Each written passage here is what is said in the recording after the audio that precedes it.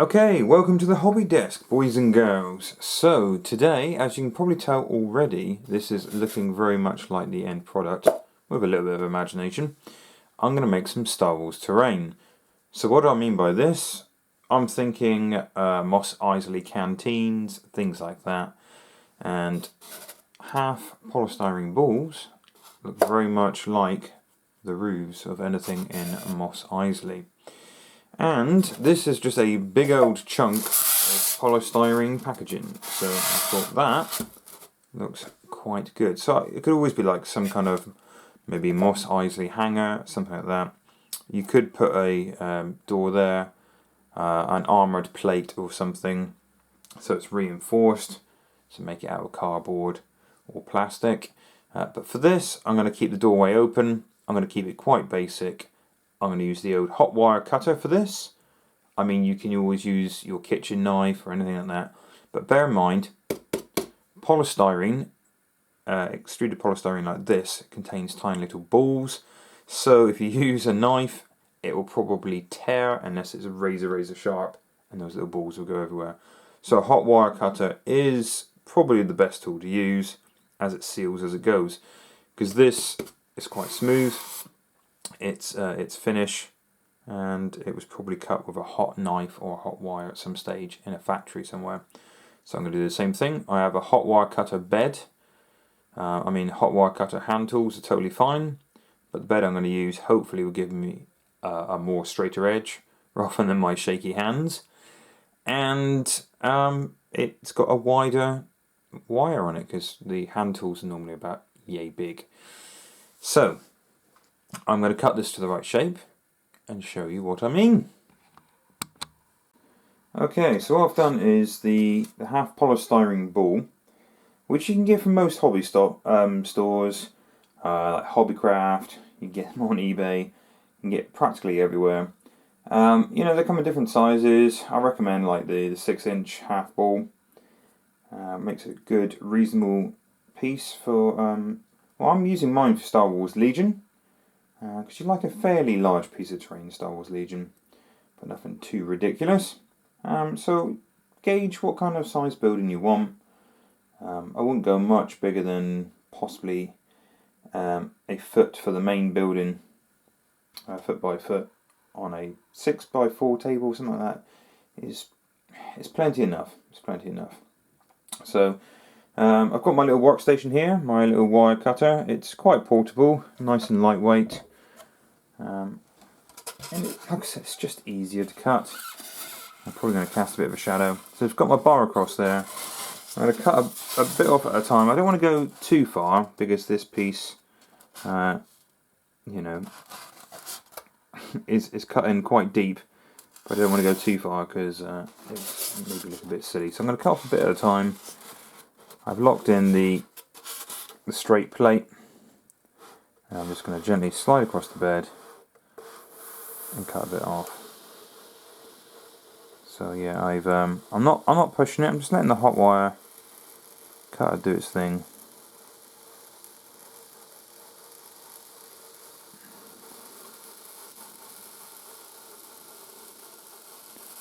It's kind of like an electric wire bandsaw if you ever do woodwork.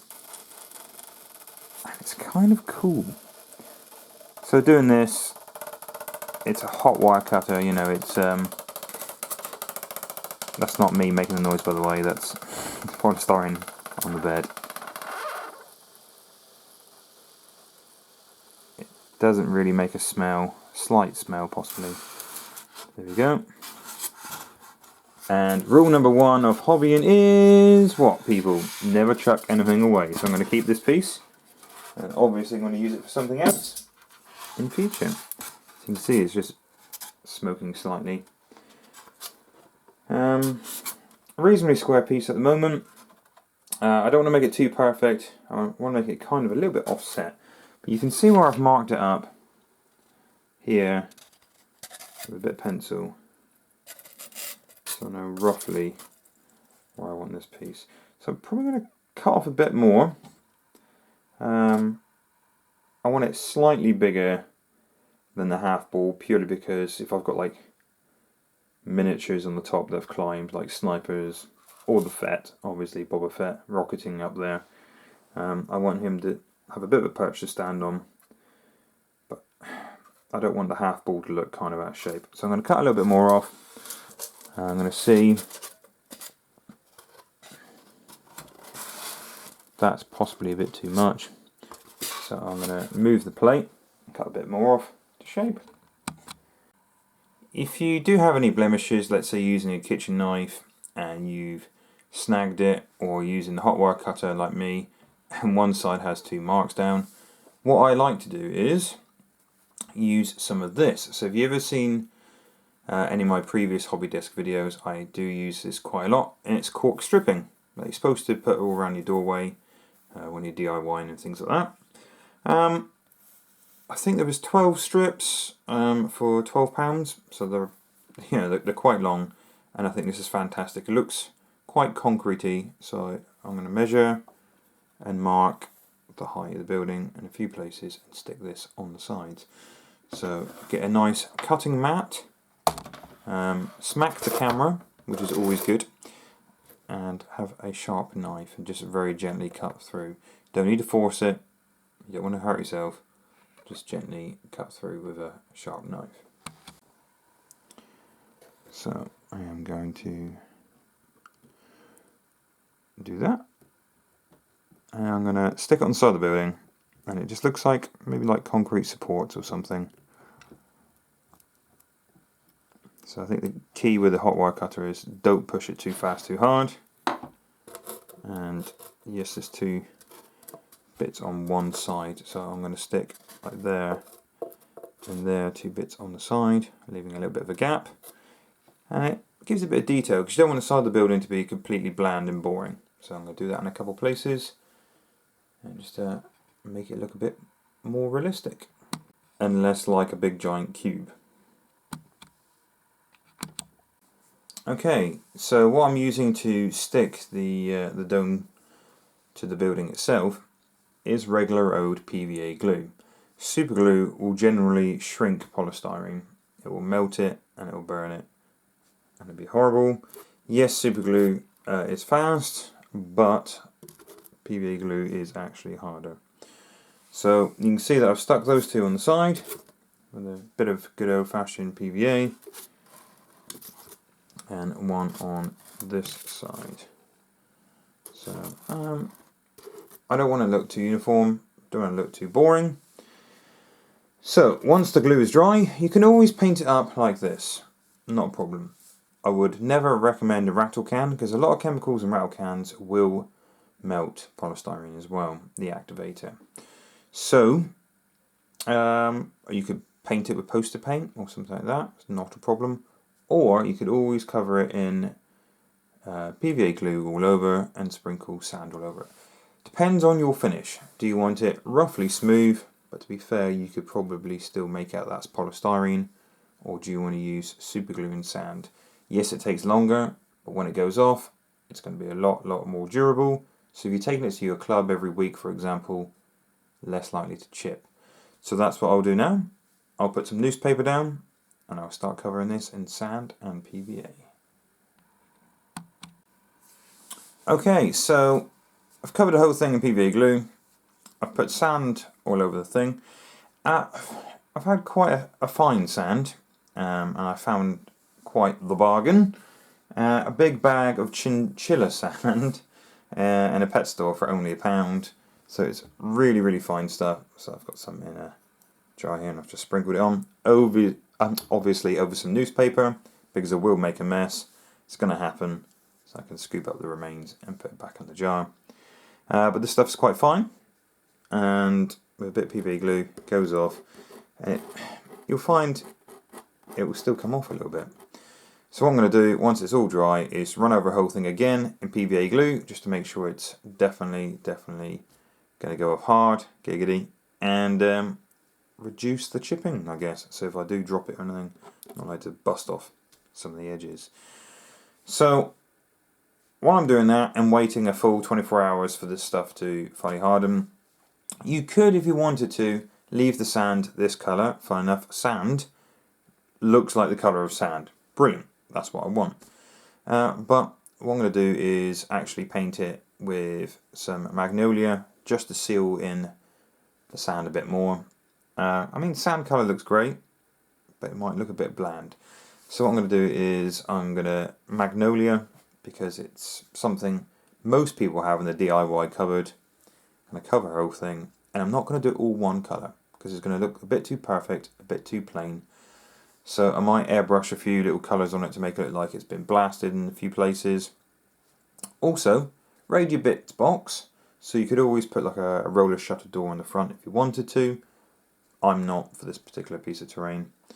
But it's got to have some kind of control right at the front to open and lower the door. So you could have a little piece of circuit board or something, which looks quite sci-fi, looks great. You could always have a little screw around your box, bits box, and I found this little piece of metal. I can't remember where it's from. I keep everything, and I'm just going to super glue that there, or even PVA glue it, because super glue would probably melt the polystyrene.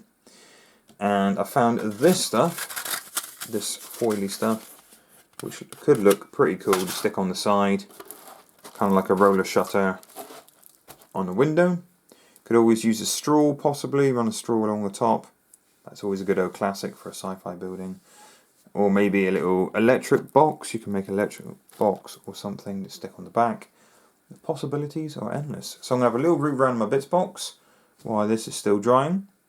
And I'm going to stick a couple things to it. I'm not going to make it to look too busy. Still want to make it look quite plain.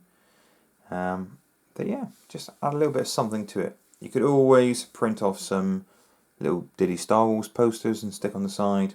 Something like that. Maybe a bit of graffiti on the back of the building. You know, like Vader lives or something. I don't know. Just get creative and make it look more natural. You know, weather it up a little bit once it's dry. So I'm going to do a few different techniques and come back in 24 hours. Or mere seconds for you guys. So as you can tell, I've painted this thing, and like I said, I was going to use some magnolia because I've got loads of stuff around, but I've used a colour very, very similar to it, sunlight, whatever colour that's supposed to be, I'm not sure. I live in Cornwall, so I can vaguely remember the sun, but yeah, I've painted this whole thing with that. But if you notice, there's a few different colours of this. It's not just all one colour. I slapped it on and I've coated it because I didn't want it to be too perfect. So what I've done is I've dropped a little bit of a brown in there, mixed up just a little bit, just a hint, put it on as a base colour. I didn't cover the whole thing. There was a few areas I didn't cover on purpose, or I left a bit thinner, added a bit of water to it, because I wanted it to look like, because these buildings are sand covered and then rendered with plaster. Well, it looks like on the films anyway. I don't know. I've never been to Mos Eisley myself. And it looks like the plaster is hanging off and breaking in places. So I've made it quite dark initially. Missed a few places so the sand is showing through. Then I've added some real thick splodges when I went a bit lighter. So when I went and kept it the original sunlight colour, I've put it on quite thick. Now, if you put on masonry paint or emulsion over PVA glue quite thick, you'll see that there is some cracks. Now that's what I wanted to achieve. I didn't want to do it over the whole piece, so I've done it just on this piece here, so it looks like the plaster is breaking and falling off. And you can see the dark area that I didn't fully cover, like so. And then I've added a little bit of white and brought it up in a few places as well. I think what I might do is dry brush it with a nearly perfect white in a few places just to make it pop a little bit more. So that's what I've done so far, and as you can see on the back, I've added the two little posters, so Imperial posters on there. Made them a little bit dirty before sticking them on. I might weather them up a bit more, maybe peel a corner down so it looks like it's been there for a while. And I just did a bit of graffiti over the top, and nothing too mental. It's add to the piece, it's not to take it away from the piece. And I mean, because this is Mos Eisley, it's going to be pretty sandy, so you're going to get the build-up of sand just sitting down in a few places, or weathering around the foot of the building. I've done it lightly at the moment with some MIG pigment. I love this stuff. Brilliant. And you just dry brush it on as heavily as you want. I might go a bit harder and put a bit more on around the corners, things like that, where the sand's blasted. So you can see the different colour there of a section that I've missed. I mean, you could always use, if you wanted to make the sand showing through a bit darker, a bit of Agrax or something, just to apply on some of those areas. I'll do that now, just to show you. So put my Agrax down here, and just add a little bit to the brush. So I don't want to soak it, and I don't want it to touch the magnolia or sunlight or whatever you use. But I'll just do a little bit so it's shining through just in a few places. So it looks a little bit dark, like the masonry's falling off, and a little bit beaten, like so. Okay, next thing I think I'll do is paint up some barrels or something and just stick to the back. Just add a little bit more detail just to make it look a bit more realistic, because this building is not going to be perfect. You know, it's going to have trash all around it and stuff like that. So I'll add some fine details to it. So bins, barrels, pipes, bit of junk leaning against it, something like that. Raiding through my bits box, I keep everything. Number one rule of terrain making. So I found this bit of packaging, God knows what it was from. I'm thinking spray it up and stick it to the side. Looks quite sci-fi, why not? So I'm going to get the old rattle can, cheapy old rattle can, spray that up, and make it look a bit beaten and sci-fi, and stick it to the side. Why that sci-fi piece of terrain, actually packaging material, is drying, because I used the good old rattle can. I was going to use the good old fashioned drinking straws that I've got from his drinking straw game. Picked these up from a pound shop ages ago, and these are fantastic. And you can't beat a bit of sci-fi plumbing on the side of any sci-fi building, and why not on this? So I'm going to assemble this, get it the right height for the building, glue it in place, so they don't slide around the joining sections, and then I'm going to rattle can them up, weather it up a little bit, and I'll stick it to the side of the building as well. So I've got my pipe, which I've rattle canned, it's stuck in position, and it's nice, plain, black and boring. So get a nice silver, any silver will do, whatever you like to use. I like to use a little bit of lead belcher and a relatively dry brush, and I don't want to cover this thing completely. I just want to do like a heavy dry brush. I might need to do a couple coats. So really making it look scruffy. Doesn't have to be super neat.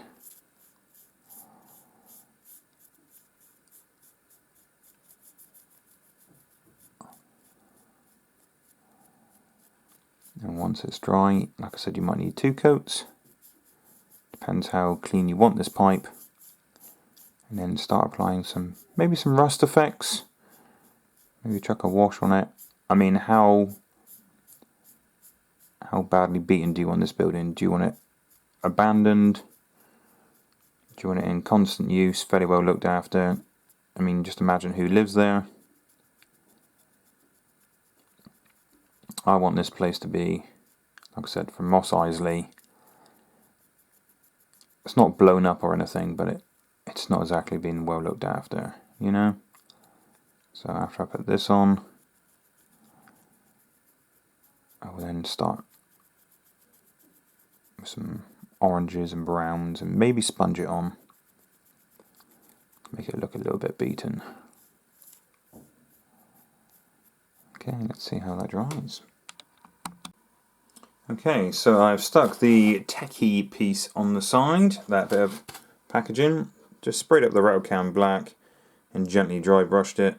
I was thinking maybe it's a fueling station or possibly spray some light in there, but I've left it to that to make it look a bit grimy. There was the drinking straw that I've drilled a hole in the back just purely because it's more surface area for it to attach to, and a spot of super glue there and there. Now remember, you can super glue to this, but you can't super glue to the inside hole there, for example, because the polystyrene, super glue, yeah, they don't like each other. So I've stuck the little barrels down there, dry brushed, remember. So the final piece is, I'm thinking about putting a tarp on the top here, and a couple of cocktail sticks maybe. That look pretty cool, but I know full well that I'm going to be using this at the club. It'll probably get knocked around, probably get broken off. As a diorama, fantastic, but me personally, what I'm going to do is have something on here and just drape it on and use some PVA. So, where did I put the bit of paper towel? Just here. So what I'm thinking is just drape this on here, some PVA glue, and when it finally goes off hard, giggity, then I'm going to paint it up. So I'm thinking a bit of colour to it, so not just brown, hit it with a little bit of reddy brown, just drape over, just a little bit of something, you know, because this thing at the moment hasn't got a lot of colour. Now, like I said, if it was a diorama, if it wasn't going to the club, I would probably, let's pan out a little bit, make a little bit of a tarp up here, some cocktail sticks, some string with some PVA glue, but me personally, I know it will get knocked off. So I'll stick it on here, some PVA, and then start painting it when it's gone off. Okay, so I'm pretty much calling this piece done, but use your imagination on the tips and tricks that I talked about in this video to make it your own. You don't have to make it exactly as this. Like I said, I'm taking it to the club, so I didn't really want the tarp sticking out too much because it would get destroyed, so I just left it hang on the edge of the building, and it just splashes a bit of colour on it. You know, you can paint it whatever colour you like, make it a bit darker if you like, but yeah, reasonably happy with it. And it looks like it definitely belongs in Mos Eisley or somewhere else like that in the Star Wars universe. So yeah, make it as sci-fi and as beaten as you like. I mean, I made it a bit cracky in a certain area here to make it look like the plaster's coming off, but you can make it look a bit tidier than that. I made it look slightly run down. But yeah, very happy with the finished product. And once again, household materials, this thing cost me next to nothing. I mean, most of the stuff I've already got. These cork pieces I already had. There's like £5 for like 12 meters or something crazy, so that's next to nothing. Tissue, PVA glue, chinchilla sand, all of it I had in abundance and very, very cheap. And just the basic shape from the polystyrene, which was already half cut anyway. So I think that was about £1. The polystyrene half a ball, the drinking straws and everything like that. So yeah, relatively inexpensive Star Wars terrain from Household Products. Thank you very much for watching, guys. I hope you liked this video. If you did like it, please hit that like button, and please subscribe if you haven't done already. Thank you very much. See you next time.